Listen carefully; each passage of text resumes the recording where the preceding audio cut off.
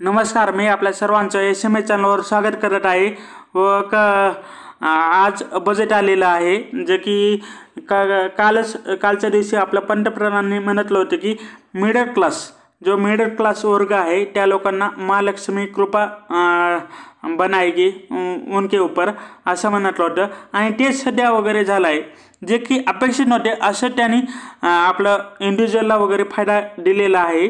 Specifically जेव्हा त्यांनी 0 to 12 लाखापर्यंत वगैरे 0 टॅक्स वगैरे राहील असं म्हटलं तर ओबियसली हे जे म्हणजे 0% टॅक्स आहे ते रिबेटच्या अँगल थ्रू त्यांनी म्हटलं हे 12 लाखापर्यंत इन्कमवर 0 टॅक्स वगैरे आता लागणार आहे। एक्झॅक्टली नंबर पाहिला तर तो म्हणजे 12.75 लाख करोड रुपीज वगैरे पर्यंत हा बेनिफिट मिळू शकतो। त्यावरील जर आपली इन्कम असेल तर टॅक्स तिथं भरावे लागणार आहे। तर ही टॅक्स अमाऊंट भरपूर कमी त्यांनी केलेली आहे। ही पॉझिटिव्ह गोष्ट आहे म्हणजे इंडिव्हिज्युअलसाठी हे ओव्हरऑल बजेट वगैरे जवळपास पॉझिटिव्ह होतं तर हे समजून घेऊया।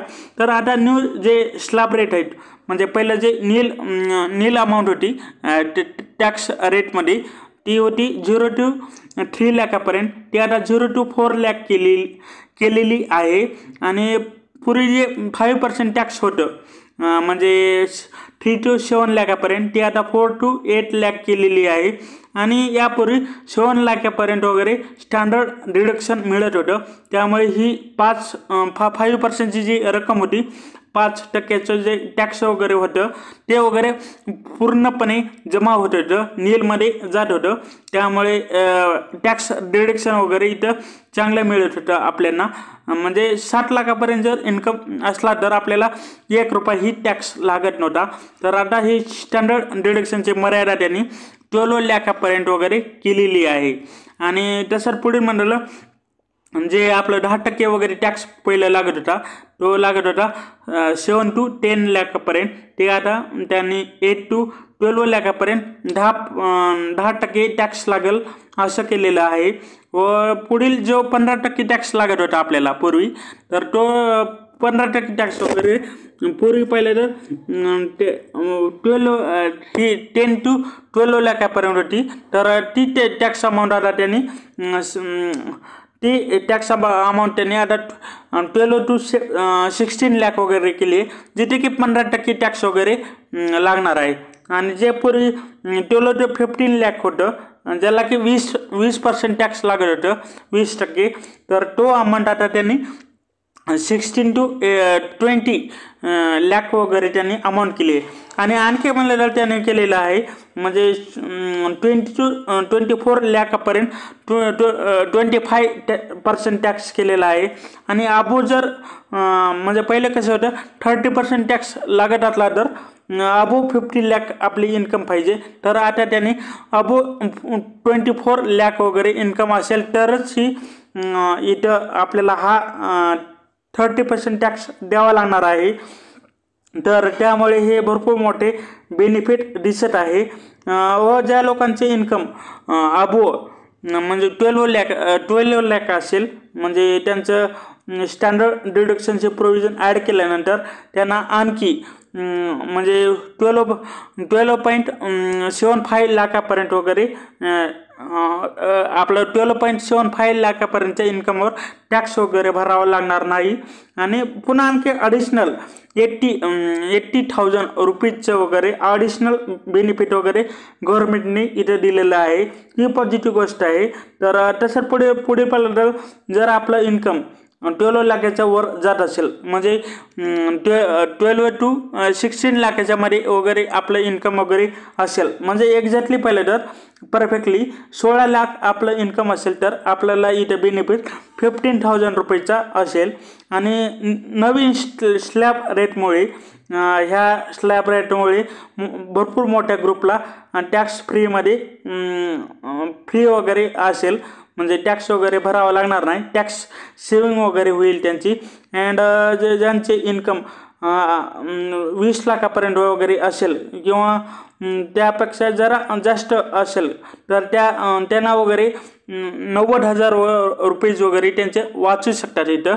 आणि तर जर पुढील म्हणलं तर ज्यांचे इन्कम वगैरे अबो 20 लाख आहे तर त्यांना 1.11 लाख करोड रुपयाचा म्हणजे 1.1 लाख करोड 1.1 लाख रुपयाचा वगैरे बेनिफिट मिळणार आहे आणि मिळाला आहे. आणि जर तेवढी अमाऊंट तेवढी अमाऊंट वगैरे टॅक्स सेविंगमध्ये वगैरे जाऊ शकते आणि त्यामुळे बेनिफिट मिळू शकते त्यांना. हे बजेट कंझ्युमर साईड करूनही भरपूर पॉझिटिव्ह आहे. जर यांना बेनिफिट मिळत असेल तर हा पैसा वगैरे स्पेंड करू शकतात किंवा इन्व्हेस्ट वगैरे करू शकतात. म्हणून आज आपलं स्टॉक मार्केट वगैरे अप साईडला वगैरे क्लोज झालं व ॲक्च्युली रॅली कालच आली होती. कारण की मोदीजीने म्हटलं होतं मिडल क्लाससाठी बजेटमध्ये भरपूर चांगले बेनिफिट असतील, म्हणजेच टॅक्स सेविंग वगैरे जास्त मिळेल असं म्हटलं होतं. अँड जे ॲडिशनल टॅक्स सेविंग जी लोकांची होत आहे त्यामुळे युनियनला वगैरे रेव्हेन्यूमध्ये आणखी 1 लाख करोड रुपयाचा वगैरे लॉस होत आहे सध्या.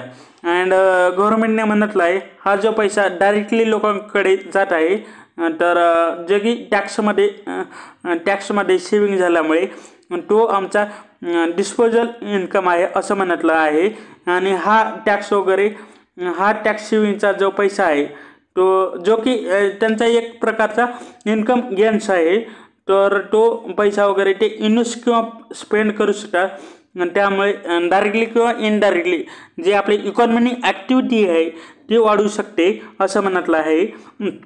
गव्हर्नमेंटने आता थोड्या म्हणजे मार्केटने थोडं निगेटिव्ह रिॲक्शनही देण्याचा प्रयत्न केला. म्हणजे त्याचं रिझन काय होतं, लास्ट इयरमध्ये कॅपेक्स स्पेंडिंगचे टार्गेट 11.1 लाख करोड रुपयाचं होतं गव्हर्नमेंटचं टार्गेट, जे की ॲक्च्युली नंबर पाहिला तर 9% डाऊन झालेला आहे. म्हणजे ॲक्च्युली स्पेंडिंग वगैरे गव्हर्नमेंटची 10.18 लाख करोड रुपये झाली आहे. आता ह्या बजेटमध्ये गव्हर्नमेंटने आता पुढील वर्षासाठी म्हणजे पुढील फायनान्शियल इयरसाठी कॅपेक्सचे टार्गेट वगैरे 11.21 लाख करोड रुपये ठेवलेला आहे. हा नंबर भरपूर थोडा कमी आहे. त्यामुळे मार्केटनं थोडं याला डिस्पाइटली केलं. म्हणजे आता जी गव्हर्नमेंट आतापर्यंत वगैरे हेवी लिफ्टिंग वगैरे करत होतं, म्हणजे स्पेंडिंग वगैरे करत होतं. आता गव्हर्नमेंट वगैरे न करता ते इंडिव्हिज्युअल स्पेंडिंग आणि प्रायव्हेट स्पेंडिंगकडे जास्त लक्ष देत आहेत. त्यामुळे फायनान्शियल सेक्टरवर एक चांगला परिणाम होऊ शकतो.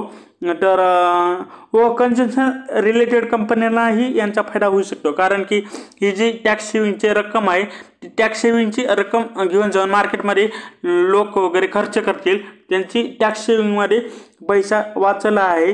त्यामुळे इकॉनॉमी ग्रोथ वगैरे म्हणजे ॲक्टिव्हिटीची ग्रोथ वगैरे चांगली होऊ शकते. व गव्हर्नमेंटने FY26साठी फिजिकल डिफिसिटचे टार्गेट पाहिलं तर 4.4% ठेवलं आहे, 4.4%. आणि जे की आता चालू असलेल्या फायनान्शियल इयरसाठी 4.9%चं टार्गेट होतं गव्हर्नमेंटचं फिजिकल डिफिसिटचं. ते ॲक्च्युली पाहिलं तर 4.8% आलं आहे, जे की थोडंसं कमी आलं आहे, जे की थोडी पॉझिटिव्ह गोष्ट आहे आपल्यासाठी. आणि गव्हर्नमेंट जे फिजिकल डिफिसिटवर फोकस करत आहे त्यामुळे गव्हर्नमेंटची स्पेंडिंग साईज वगैरे लहान होत आहे आणि ते साहजिकच आहे. त्यामुळे मार्केटनं याला निगेटिव्ह घेण्याचा प्रयत्न वगैरे केलं होतं व गव्हर्नमेंटचा रेव्हेन्यू वाढेल अशीही अपेक्षा आहे. त्या तुलनेमध्ये गव्हर्नमेंटची कॅपेक्स जो आहे तो वाढत नाही, जो की गेल्या वर्षी पाहिलं तर त्यांचं जे टार्गेट होतं म्हणजे 11.1%चं आपलं कॅपेक्सचं ते पुन्हा त्याने राईज करून वगैरे 11.21 लाख करोड रुपये केलेलं आहे. जे की ॲक्च्युली 10%नेच वाढलेला आहे. ऑलमोस्ट 10% हा नंबर वाढलेला आहे. त्यापेक्षा ओव्हरऑल बजेट पाहिलं तर इंडिव्हिज्युअल टॅक्सेशनसाठी एक पॉझिटिव्ह बजेट वगैरे आजचं होतं. तर शेवटी आपल्या व्हिडिओला लाईक आणि चॅनलला सबस्क्राईब करा हीच विनंती. हा व्हिडिओ पाहिल्याबद्दल धन्यवाद. थँक्यू.